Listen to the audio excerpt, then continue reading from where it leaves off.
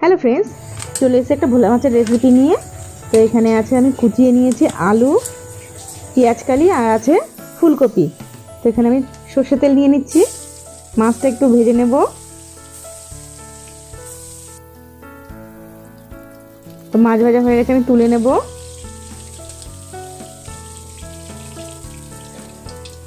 তো এখানে কেটে রাখা ফুলকপি আলু এগুলো ভেজে নেব।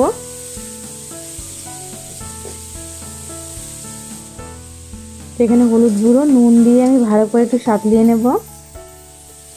ভাজা হয়ে গেছে। তো এখানে কিছু বেটে রাখা মশলা, এখানে দিয়ে দিয়েছি টমেটো, যাতে টমেটোটা গলে যায়, একটু নুন দিয়েছি। তো এখানে দিয়ে দেবো আমি আদা বাটা, জিরে বাটা, আছে কাঁচা লঙ্কা বাটা, একটু মিক্স করে নেব।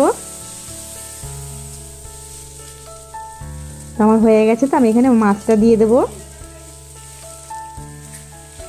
ভেজে রাখা মাছটা আমি পাতিয়ে দিয়েছি, তো ওপর থেকে একটু দিয়ে দেবো।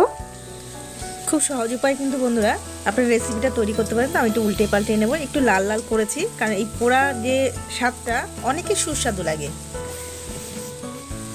ধনেপাতা দিয়ে দেব, একটু মিক্স করে নেব।